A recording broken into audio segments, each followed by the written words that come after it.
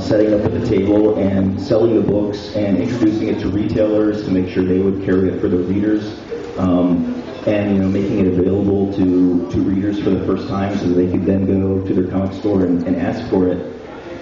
And it was quite an experience. I was doing it pretty often since I was about 17 or 18 years old. I was traveling to all these conventions and kind of learning how it works, how you go from a writer or creator or artist and making something and then getting it to the people who would read it. And you kind of learn that there's sort of this delivery system where most people buy their comics from comic book stores, and the comic book stores get it from a distributor. So I would meet the different, again, this is like pre-internet, so I would go all over the states, meet all of these different retailers who had, we call them retailers, but they own comic book stores and bookstores. I would get their business cards, introduce them, talk to them, meet the distributors, and then the thing when I was putting Kabuki out that I realized is that retailers order from this big book, this distribution catalog, where they order all the Marvel and DC books, the Dark Horse books, the Image books, and then at the back of that, all the other companies. There's like 1,000 of other little companies, like with little postage size ads in the back of the book. And I realized that if you're someone who runs a comic book store and you only have a certain amount of budget every month, you're always going to buy all the Marvel and DC books that you always buy. If there's a brand new book called Kabuki in the back of the book that you never heard of, there's really no reason for you to order it or put your budget part of it towards that.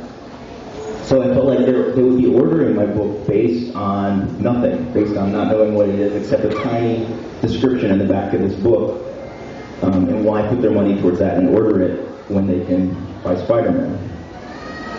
So I had all their addresses, and then I made a little mock-up, like my own little mini-comic of the first issue of Kabuki, and I mailed it to as many retail stores as I could find. And I called them right when to time it for right when the Kabuki issue was in the back of the book. And I was a very precocious young kid, and I'm sure they're like, "Why is this kid calling me?" And I was like, "Yeah, I met you in Santa Barbara, in 1993, and I got your address, and I want you to know Kabuki is out in the catalog this month, and I sent you a package." And they're like, "Oh yeah, I saw that package." I was like, "Well, I just wanted you to have something to base your order on. This way you can look at it and you can read it and you can decide if it's your cup of tea or if you might have a customer base for this kind of book or not, and at least judge it by what it is on seeing it rather than judging it without ever seeing it."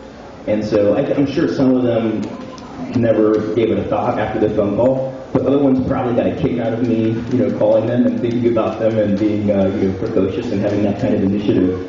And so a lot of those retailers I met early on, continue to support my book over the years. And I realized there's this kind of system. And so also in that system, I would be going to all these comic book shows and I would be meeting other creators.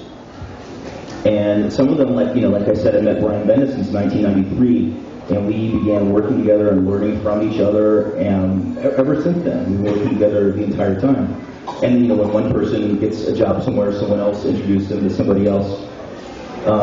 In one of these early comic book conventions in 1995, I met Joe Quesada at a convention. And this is long before he was really doing anything at Marvel. He was doing an independently owned publishing company called Invent, and he was publishing Ash, his own creator-owned book. And I gave Joe Quesada my first Kabuki collection, and he was very nice to me. And about a week later, I got a call. This is back in the days of business cards. I don't use business cards anymore. But again, this is pre-internet, where you say find my Facebook page or Twitter or look me up online. So I gave him my business card with my phone number, pre-cell phone, and he called me up like a week later, and he said, "Oh, I really like this book. I really like you as a writer. I would like to work with you someday, with you as a writer, with my art. Maybe we'll do something with Ash or something at an event." And I was like, "Yeah, that'd be great." And then I would see Joe at different conventions, and we remained friendly, and he did some Kabuki covers and images for me. And then a few years later, I got a call out of the blue from Joe, who said that he was going to take over about 4 different titles at Marvel and have the budget and the option to choose whatever creators he wanted to work on those 4 titles. And he asked me if I wanted to take my pick of any Marvel character to write and draw an issue, or write and draw a whole series, which is an amazing offer to get out of the blue.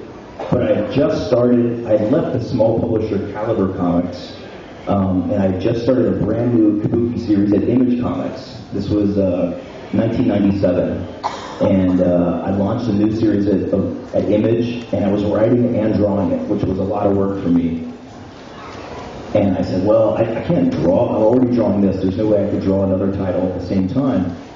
He said, well, okay, what if you write it and I'll draw it? And I said, oh, that's perfect. So he said, okay, great. We're relaunching Daredevil, and Kevin Smith is going to be the writer starting it, and then you'll be the writer who follows Kevin Smith, and then we'll both be writing with Joe Quesada's artwork on it.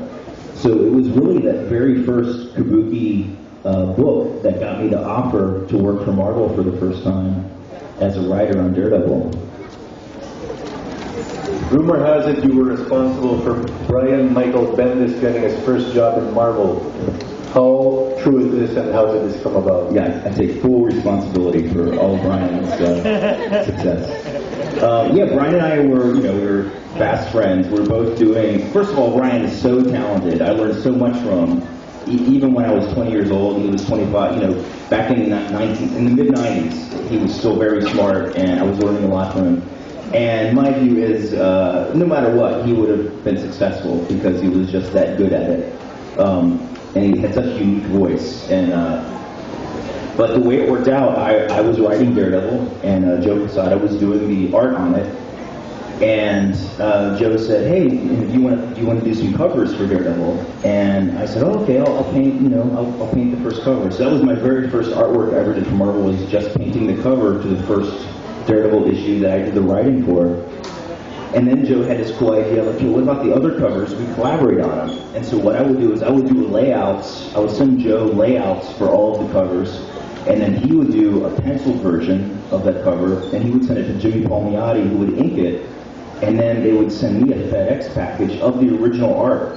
That was the original inked piece, with the idea that I would then paint on top of it to color it. So I would start with my layout, they would do it, and I would get to finish it at the end with the painting, and really try.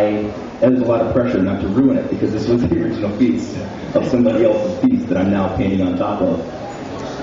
And then I would put it back in a FedEx package, and I would FedEx it back to Joe Quesada, who would sit at his Marvel desk and open it up and pull it out. And if I was lucky, he'd call me up and go, "Wow, this cover's amazing! Great job! That's wonderful! I'm showing everybody at the Marvel bullpen how to do covers."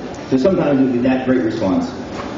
And one time when I got that FedEx package and I'm putting the cover into it, I took my best friend Brian Bendis' Crime Comics, a 5-issue series called Torso, which was about a true story, a true crime story in the U.S. that he wrote and drew himself, and I put all those books inside the FedEx.